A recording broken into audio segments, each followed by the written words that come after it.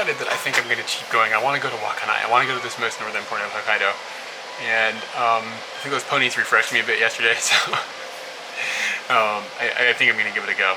So today I'm running into an issue where I want to go to some place called Asahikawa, and it is north of here, and there are direct roads there. However, I'm a little concerned that they are going to be kind of like a situation I had a few days ago where there were just no cars. There's nobody going there. I don't think there's going to be that many people going from here to there. However, I can take a route that is literally about twice as long, and I can jump from here to Sapporo, and then from Sapporo I assume there's going to be a lot more vehicles going up that direction. So actually I'll just show you the map that I'm looking at. So I'm down here now, and where I want to go is here.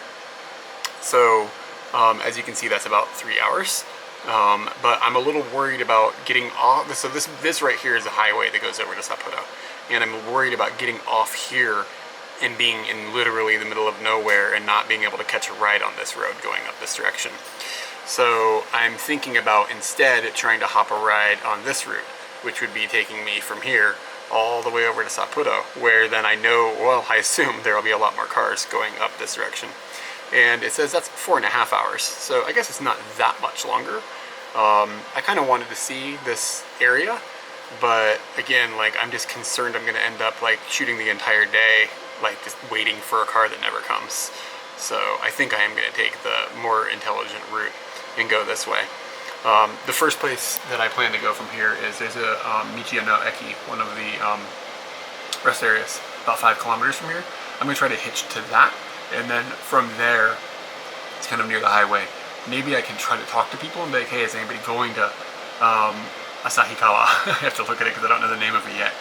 And if somebody is going up that direction, then maybe I can ride with them and it'll get lucky. And if not, then maybe I'll go into Sapporo. Maybe I'll stay in Sapporo tonight. I don't know. I'm not quite sure. I have no plan. I have no hotel booked or anything. It's supposed to rain here tonight, but not in Sapporo and not in Asahikawa. Gotta get this down. And not in Asahikawa. So, if I have to, I think I can just sleep outside and it won't be a big deal. It was a little cold last night though, so might end up putting on like all my clothes. But anyway, I'm in 7-Eleven right now. I'm gonna finish up some breakfast and then hit the road. It's a little later than I want it to be. I say that every morning, don't I? It's like 10:30. But again, if it's only a couple of hours in Sapporo, there will be no problem. And I think I will have no trouble finding a car going to Sapporo from here. Like, it's the biggest city in Hokkaido, and there's a lot of traffic going that way. And I think it's Sunday, so a lot of people are going to be like returning for work tomorrow and stuff. So I don't think I'll have any problem at all getting that direction. But north might be a different story. So I went to go to the Michi no Eki, the rest stop, and the very first car drove by stop. It was this really, really cheerful lady, and this was only a few kilometers, but I'm so much closer now to the highway that I don't think I'm going to have any trouble at all finding a ride. Of note, the lady actually works for that race course that I went to yesterday. She works for it. I told her I went there, and she was like, "What?" And she showed me her name badge, and she works at the race course. I was like, whoa, awesome. And she told me that the most amazing time to see the race is in the winter time. She said that it snows on there and they don't like really move the snow. The horses just like trudge through it like it's nothing. So that would be pretty awesome. She was like, the snow like explodes like from outside of the from the horse's footpath and stuff like that. It hasn't been a long wait yet today, but I'm still having a hard time. Like, getting out of cities is really hard because you have options. It's like, it's not just like as simple as just get on the road that goes that direction, because there's like a zillion different ways to get out of a city. And then, like, you know, the surrounding highway system might have 6 or 7 entrances or exits or whatever, and you just sort of like choose one. Like, I don't know which one's gonna have the most traffic. Like, I just use a GPS route from where I'm at, and then like I'm like, okay, that looks good, I guess. I mean, I don't know, like that's the way I would go if I was driving a car right now. But that doesn't mean that that's where like local people will go. Like, maybe they get on a different place because like they know a toll breaks in a different way or something. You never know. So today I asked people, I was like, where should I go? And I asked maybe 3 or 4 people, and I got 3 or 4 different answers. So it becomes really complex, like, to like pick. What do you do? Like, so I picked one, and this is obviously very much not the heavy trafficked route out of the city, but there are people going by with Sapporo license plates, so that means that that's probably a good sign. I don't think it's going to be a failure, but I don't think this was the best place to go. But I mean, I've been doing this now for 3 weeks, I guess, almost a month, 3.5 weeks or something, and I still don't quite know how to properly get out of a city. I don't think there's a set rule. I think you just figure it out. I don't know, maybe I'll figure it out later.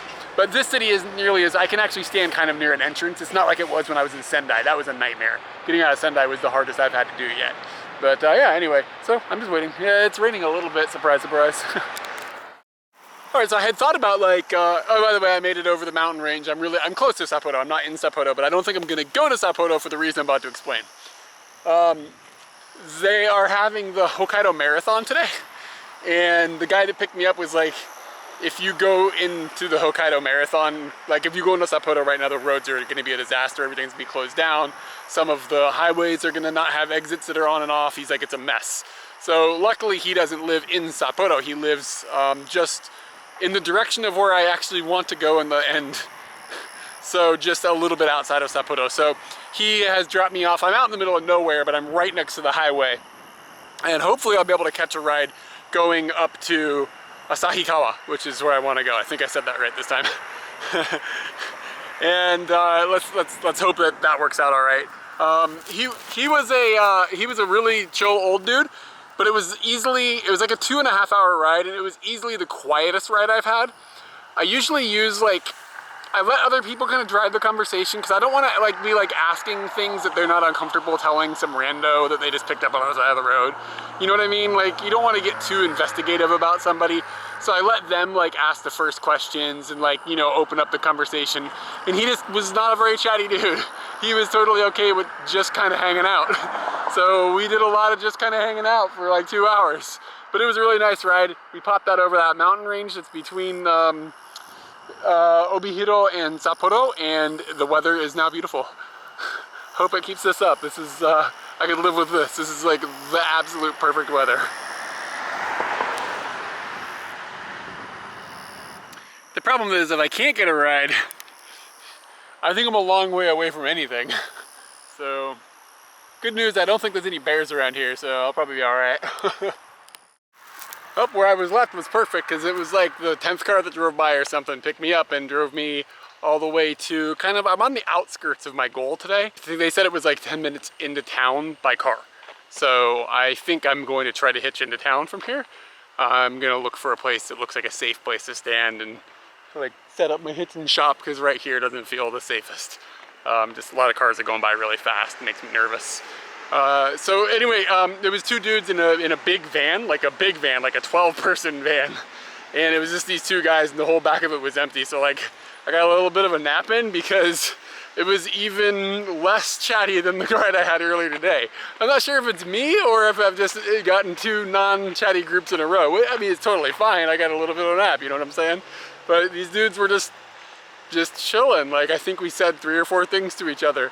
It kind of blows my mind. It happens very rarely, but sometimes you'll be in a car with somebody for an hour or more, and I'm a big white guy, and I'm in Japan, kind of in a weird area of Japan, hitchhiking around, and they don't even ask where I'm from. I'm not offended or anything. I'm just surprised. I would be so what? You know what I'm saying? But hey, whatever. They gave me a ride, nice guys. I mean, by default, if you pick somebody up and you give them a ride down the road, you're a nice person, basically. So I think it just weeds out jerks in general. Jerks won't pick me up. So that's what makes the situation so awesome. And I mean, also there's jerks in Japan, but when? You know what I mean? It's kind of rare, let's be real. Anyway, I'm just rambling, I gotta get a ride. I just woke up, which is why I think I'm bleh. My bad. Oh, so it's about 4 o'clock, so I made reasonable time. Both people I rode with drove, man, they were hauling the mail. This dude was hauling ass in his car, so and the guy in the morning was hauling ass in his car, and this guy was cooking the bacon in the van. And I started to wonder, man, maybe I should try to go all the way up to, I wonder if I could go all the way up to Wakanai today. But it's 4 hours away from here. It's 4 o'clock now. Maybe. maybe I'm just going to go to town and check this place out. The lady that I rode with the very first ride today that just took me to the Michinaki said that this was her favorite town in Hokkaido. So maybe I should check it out. Hey, I found a shopping mall. I think I'm gonna get my commerce on. I just need a bathroom. All right, so I grabbed some sushi while I was in that mall. I was starving. Like, I was wandering around kind of dizzy and stuff. I was like, man, I gotta do this. So I got some dinner, or lunch or breakfast. I don't even know what meal it was. It's about 5 o'clock-ish now. I'm gonna head towards they had Wi-Fi in there, so I booked a place to stay in a dorm or something like that. I'm not even really sure. I didn't read the listing. I just looked at the price. And it's near the train station, so it's about 6 kilometers from here. Gonna make my way there. Maybe I'll hitchhike it, and if not, I'll walk, because it's beautiful outside. So I stopped making that last video and I put up my sign, and literally immediately 2 cars stopped. So the car that stopped first realized that another car had stopped behind them, so the first car just like pulled off and they left. I got a ride with the second car, and it was a big van.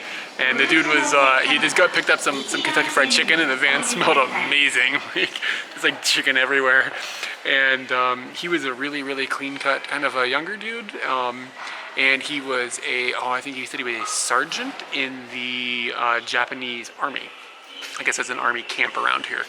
And he was really into army stuff. And he was like asking me stuff about the American Army, and I was just like, because I mean, I know basically nothing about the armed forces in the United States. I was just like, I don't know, dude. I was like, my dad was in the Navy. That's about all I know. Okay.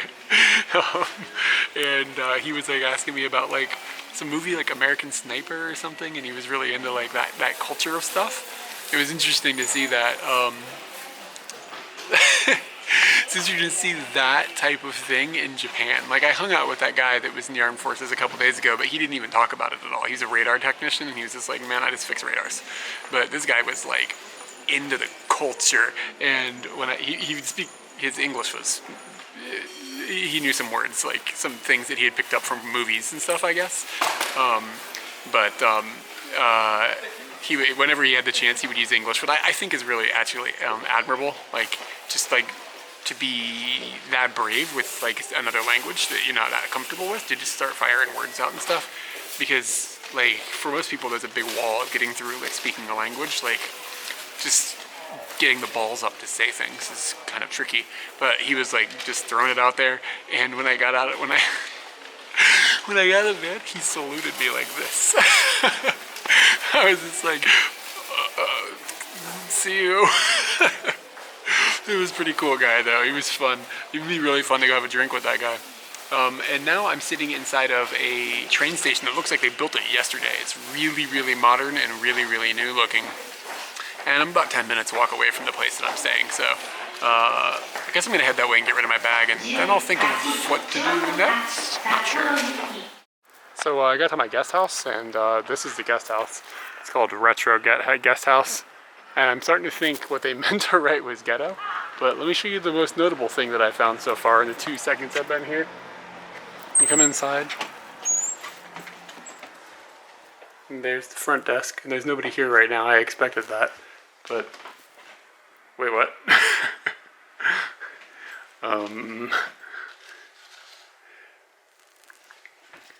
Wait, what? Alright, so I guess I'll do the guest house tour now because nobody else is here, and this is a pretty weird place. Like, first off... Alright, so like I said, this... Okay. And then there's like kind of a little common area over here, and like a kitchen and stuff, and so forth. Stuff I never use. And it took me a while to find the stairs. Like, I knew there were stairs. And, it turns out this is the stairs. This was closed. And if you just like, you know, if you glance at this like this, you're not noticing that's a door. But there's a sign here that says that goes to the 2nd floor. So then you open this guy up. And I'm not clear on if you're supposed to be taking your shoes off or not. It's really unclear. So I just do, like, I don't know. So I put my shoes there. And then I haven't even looked in here yet. This is the toilet. I'm a little afraid, to be honest. Actually, that's really nice. Okay. That's above my expectations after seeing everything else. So, we got some stairs that go up this hallway.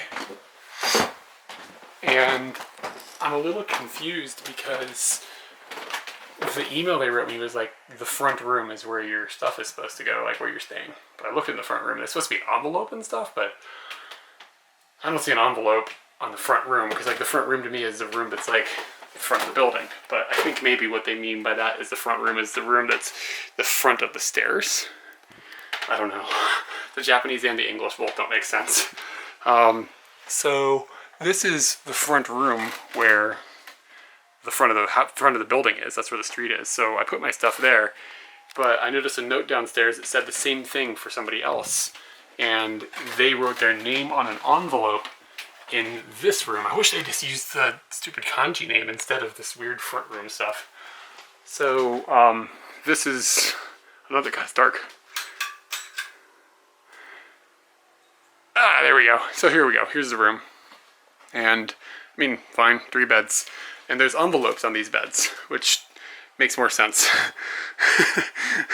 So maybe this is my bed, but my name isn't on it. And they wrote the other person's name on that envelope. So I'm just like, what? Where am I supposed to be? So let's check out the shower room. I haven't looked at that yet either. Huh. Okie dokie. That's pretty interesting. It's a weird corner unit thing. Yeah, I mean, I would say, I wouldn't call this place clean, but I wouldn't say that I'm disgusted or anything. I don't know if I'm gonna fit in that. Look at this shower. It's got, those are all jets.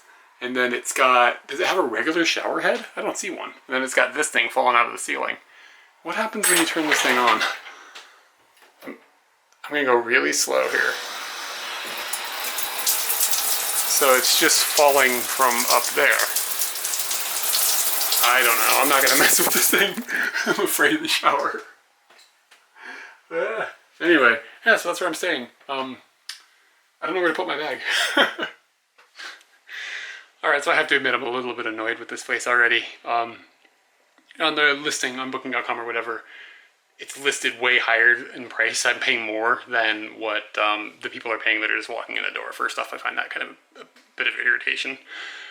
Second off, like, they're unclear on where to put my stuff and nobody's here. I mean, they said nobody was going to be here, not in the booking, but when they emailed me, they're like, hey, nobody will be there. I don't really care that nobody's here, but the doors are labeled, the rooms are labeled, like, left and right in kanji. Like, write that down, don't write the front. And then, like, they left, like I said, they left a note for another guy that was exactly the same thing they wrote me, copy and pasted. And his labeled envelope, I don't have a labeled envelope, his labeled envelope is in the room opposite to what logic tells me the front of the building is. So I'm like, I don't know where to put my things. Which doesn't matter anyways, because there's no place to lock anything up. Which means, like, I have my laptop. And then I gamble. Do I just leave my laptop here and any rando that walks by can pick it up? Or do I take my laptop and haul it around with me all night? And it's not ridiculously heavy, but I'd carry my bag all day. It'd be cool not to have my laptop with me. A locker would be a nice thing. And then on top of all that, the place is supposed to have Wi-Fi. And I'm not huffing because I'm upset. I'm huffing because I just carried my bag down the stairs. I'm out of shape and old. And so the place is supposed to have Wi-Fi. So there's a sign on the wall. And just like every Japanese place ever, the Wi-Fi password is like whatever they set it from the factory. They just leave it there.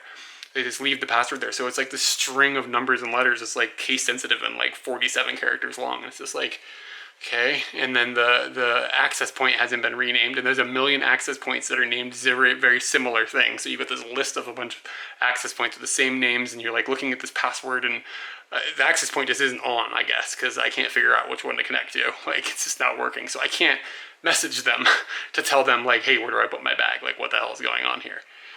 So I don't know. I guess I'd rather be out exploring this town before it gets dark out, but I'm like stuck dealing with like this like house of riddles. I don't really want to deal with a house of riddles, you know what I'm saying? So what I'm going to do is I'm going to take my bag, I'm going to take anything that's worth any money out of it, I'm going to put it in my bag and haul it around with me tonight, and then I'm going to put my big bag and I'm going to stuff it under the counter, I guess, and then hopefully when I come back somebody's here, or I'll go to 7-Eleven and I'll try to email them and ask them what the hell's going on. But I shouldn't have to resort to that. Like, it's supposed to have Wi-Fi, that's what it says, and I'm already paying more than everybody else, so, Anyway. Whatever. All right, so I just left them on, like, I emailed them, because there's nobody there. So I hope it goes to somebody's phone once I find Wi-Fi. I realize some people might be like, oh, well, you know, the reason that the Booking.com price is higher is because Booking.com takes a percentage, blah, blah, blah. In this case, I didn't pay in advance with Booking.com. I just created the reservation. And I do realize that maybe the hotel has to kick something back to Booking.com, but other people are paying 2,600 yen a night, and I'm paying 3,600 yen a night. So, like, proportionately, that's a pretty big jump for exactly the same room. So that's why I'm a little annoyed. If it was like 200 yen or 300 yen, whatever. But the fact that it's like, you know, a reasonable percentage of the cost difference, that's why I'm kind of like, man, that's not okay. And in the past, I've used places that do I've used Booking.com through places and had the exact same situation where I didn't like, I don't pay through Booking.com. You just reserve, you pay the people cash when you get there. And I've done that in the past at other places, and it's always been the same price as what other people are paying. In Japan anyways. I've never seen a variation in the price. So, I mean, I don't know exactly what their situation is, but I think 1,000 yen difference is a bit, like, steep. But, you know, maybe the other people have some sort of deal or something. I don't know. I guess I really shouldn't be that mad about it. I don't have all the details. I think I'm more just frustrated. Like I said, I'm just frustrated with the house of riddles. Like, do you take off your shoes? Do you pee in the lobby?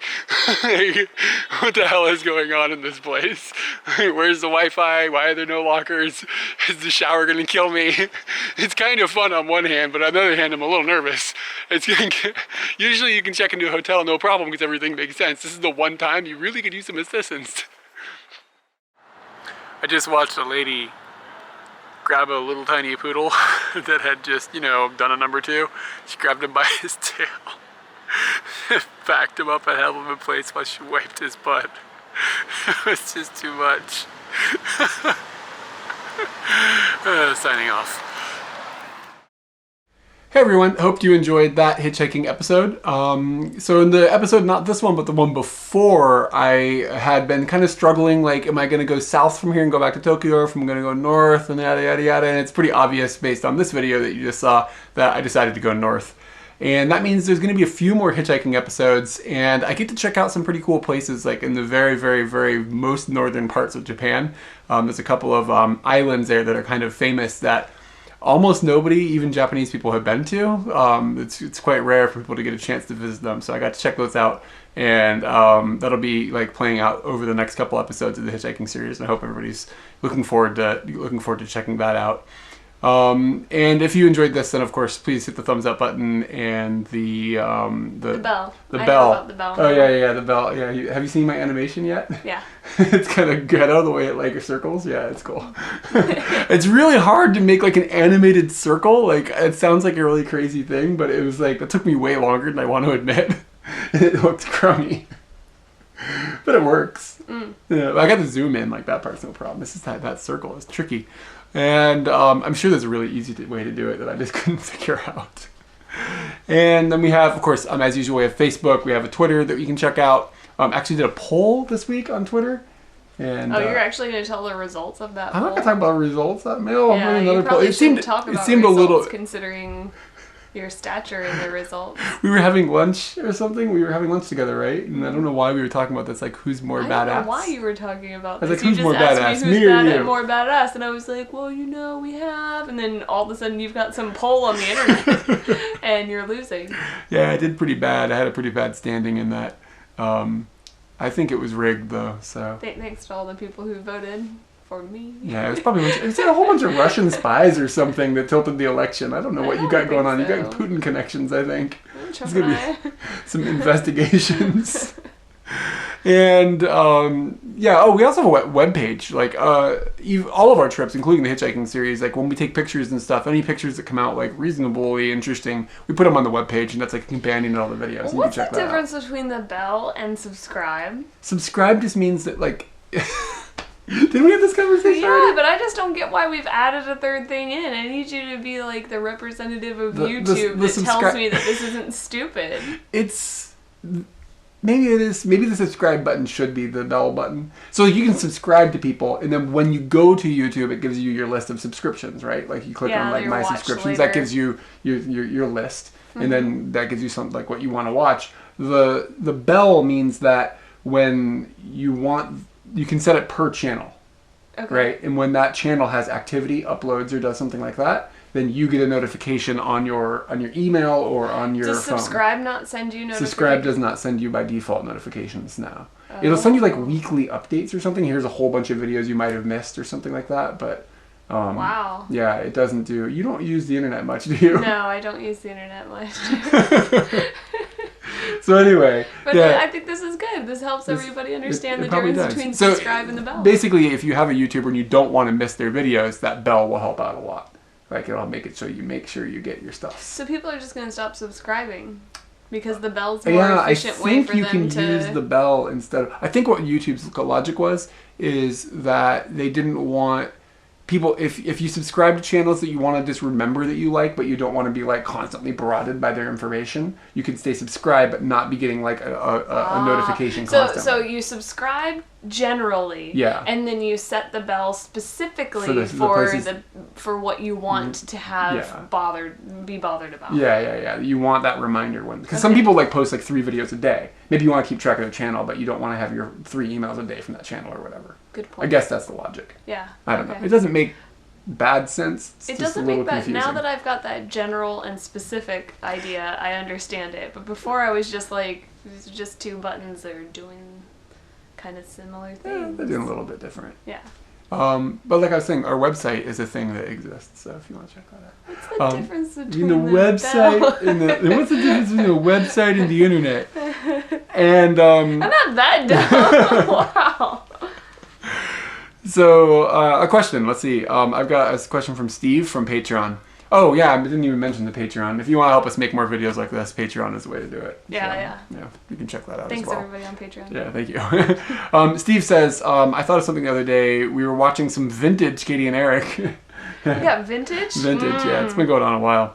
From when you guys first moved to Japan and thought, wow, you guys have been doing this for a long time. I was wondering if you ever watch older videos and how it feels to see this time capsule of your lives years ago. Keep up the good job, blah, blah, blah. He thinks he's enjoying so. I guess I'm kind of waiting for some sort of monumental thing to go back through old videos. We sat down like 2 years ago and we're like, okay, we're going to watch our whole Round the World trip series. And we got like 4 episodes in and we just stopped. Something happened, but like I feel like either something monumental is going to happen and then we'll start like watching them with dinner or something like that, or like I'm waiting for something to really trigger that. It's not like something that we just go back and flip through them and are like, oh, let's watch that. Yeah, the only time I ever like look into a video is if I have to find something we did or try to remember, like we ate at this ramen shop or something. What was it? And then I go and I look up the video and then I dig through it and find it. And I don't use the internet, so. Yeah, you don't use the internet. What do I do with my time? Lately you've been watching that Third Rock from the Sun jam. Yeah, I watch Third Rock.